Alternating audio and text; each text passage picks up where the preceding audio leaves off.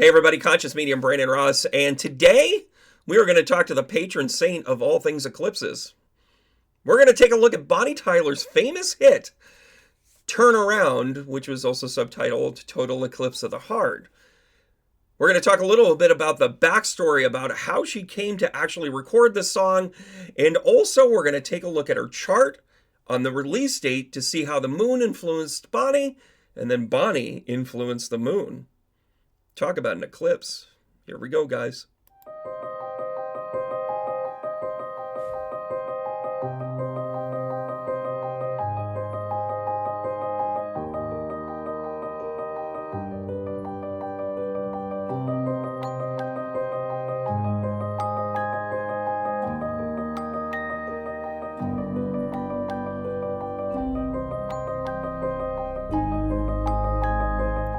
All right, everybody, here we are. Bonnie Tyler, Turn Around. What a great song. And by the way, if you haven't been like, oh, there's an eclipse coming, and this song doesn't pop into your head, you're either not human or, well, you're not human. Bonnie Tyler was actually a fixture on UK radio since the mid-70s.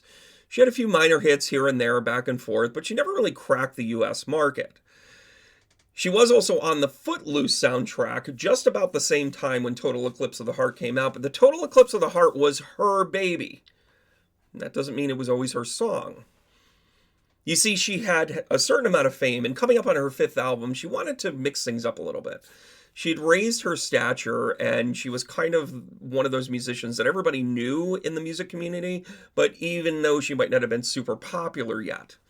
She had a couple of hits like Bluebell and All Around and that sort of thing, but it was she never really broke into something where everybody was singing it, right? She was entertaining.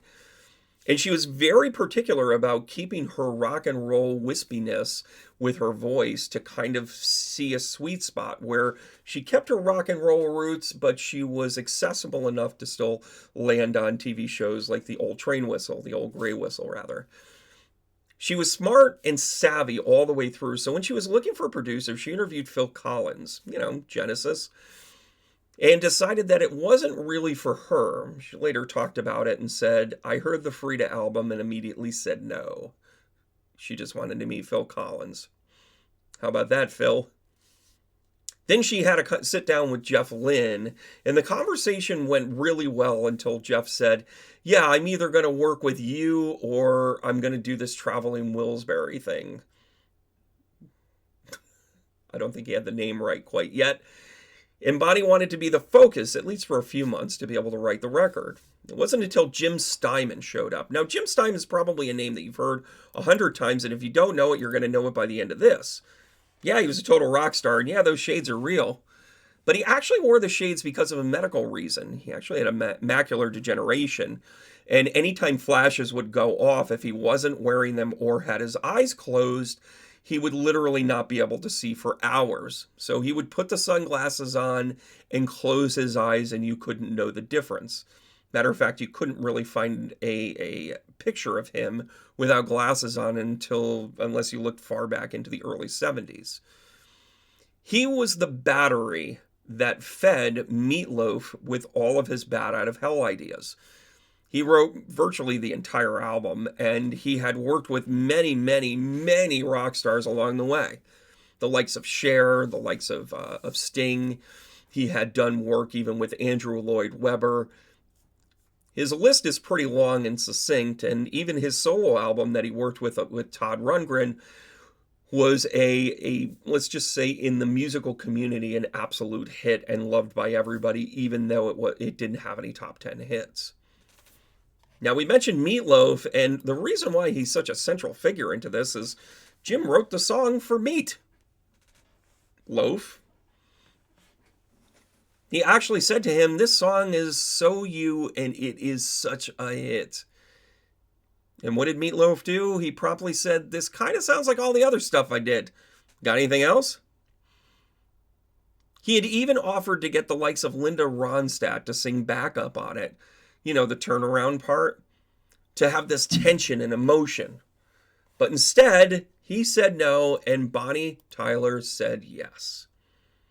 Not only was she succinct to say yes, but she could see the vision of where it needed to go. Now I want to do something interesting here, and I've never done this before. I've never had Bonnie Tyler on top of Meatloaf. You're welcome. But I'm actually going to take a look at the specific date that it was released. Now, it actually has 2 release dates if you look it up. There's a February release date in the UK, and it did okay. It didn't do badly. It just didn't reach the super status that we chose to have here in the US. It was released on June 6th, rather, 2 days before her birthday. You see where this is going yet, everybody? Well, here's what's really cool. Now, paying attention to the February release date, it did okay. It got its normal radio play. She sang it on British television. It just didn't take off.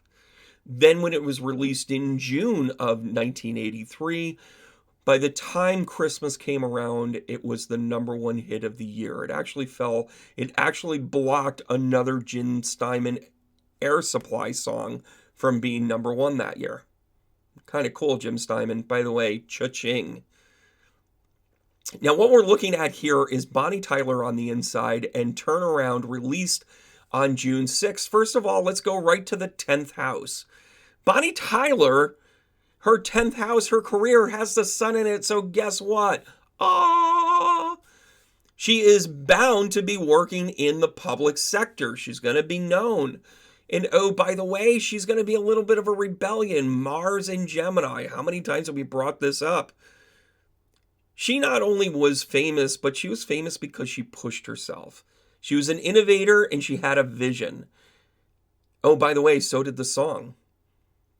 Check out also Mercury making an appearance here in the 10th house and allowing it to be just the vocal connection that she needs it to be. So you have Mars, Mercury, and the Sun conjunct in the 10th house with one another. That's pretty awesome. By the way, for good measure, Chiron, you can talk about this song being one of healing. Go ahead, talk amongst yourself. But let's take a look at the moon in Aries. Now, take a look at the chart up above. The top is Bonnie's chart, right? So this is the placement of Bonnie's stuff on her natal. Now, down the left is on the US release date. Now, at the top here, you have influence of the moon in the sky, which is the left-hand side. That's really the focus here. You have this influence into Mercury. You have this square into Jupiter. And you have this square into Mars. Not to mention a little bit of fun here with the with being congruent to Uranus, right? But let's just take the moon square to Jupiter. That is a huge emotional wake-up call. That is a huge let's go big or go home. It's drama. It's drama. It's blah, blah, blah. It's whatever, right? So here's Bonnie taking this song and creating drama with the moon. Now, by the way, they never really tell whether it's the eclipse of the sun or the eclipse of the moon. But I have another little fun tidbit fact in all of this. When Jim Steinman wrote this, he recalled that he was always impressed with one line in one song by one artist that he could never get rid of in his head. The song was You're So Vain. And the part where he went up to Nova Scotia to see a total eclipse of the sun, he would always sing it as in, so you went on up to Nova Scotia to see a total eclipse of the heart. And he kept getting it wrong every time. Well, Jim Steinman wrote that down and he found a place for it, and here's Bonnie Tyler. So whether it's the eclipse of the sun or the eclipse of the moon, doesn't matter. Here we are, guys. Whew, we're having fun, aren't we? So just that aspect alone, the moon also being squared to Neptune is kind of like having dreams blown up, right? And what is total eclipse of the heart but this big orchestral movement about how my dreams are being shattered? Guess what? Moon squared to Neptune. Have a good time, everybody. So the moon is having that effect along that top row. It's also trying to the North Node. It's about destiny. It's sextile to the south node, which means that your comfort is really kind of like it's time. It's time to speak out on this. And of course, Mercury shows up and just says, I'm going to use my voice. Because then when you look at her natal chart being influential to the current moon or to the current planets, her moon was sextile to Mercury. That's a big kind of X-looking thing. Then it's trine to current Jupiter. So her moon was giving influence back into Jupiter.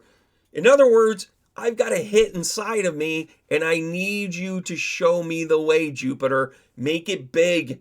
I'm going to pour out my emotions, and I need you to carry it with me. All at the release time, everybody. It's kind of fun, isn't it? Then she also is square to Saturn, which is really cool because finally she got her foothold in the U.S. because her moon was square to Saturn. It was about her emotions becoming real, her dreams becoming necessary. There's also a connection here with Pluto. Pluto's influence onto her moon was that of strength. It's this square energy to say, this is your time. You better play by the rules, but this is your time. Whew. Do we have any other questions about how astrology just kicks ass? I just explained to you why Bonnie Tyler wrote a song or was part of a production about the total eclipse of the heart right here. And by the way, it's not really fair to pull Jim Steinman into this in terms of the creation because we don't really know the exact time that he wrote it. But if we were to compare it to this, he found the right vehicle. That's what a good composer does. Huh. Know your role, everybody. So here during the eclipse season, and by the way, we always seem to have one about once a year somewhere, wherever. Whenever you hear somebody talk about the total eclipse or the eclipse of the heart, and you just feel like you need to sing it, now you know that Bonnie Tyler's Astrology helped make this a hit. It was the right place, the right time, the right people, and quite frankly, the right voice. Can anybody match that? Can anybody get that growl just right?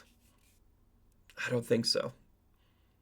All right, everybody, I'm going to give you the heart tap. I want to tell you to care and love for one another. And this one goes out for everyone that has, I feel like I'm doing a Casey Kasem. That this song's going out to everybody who's ever had a broken heart. With Bonnie Tyler's Total Eclipse of the Heart. Turn around. In at number 1. I'll see you guys next time.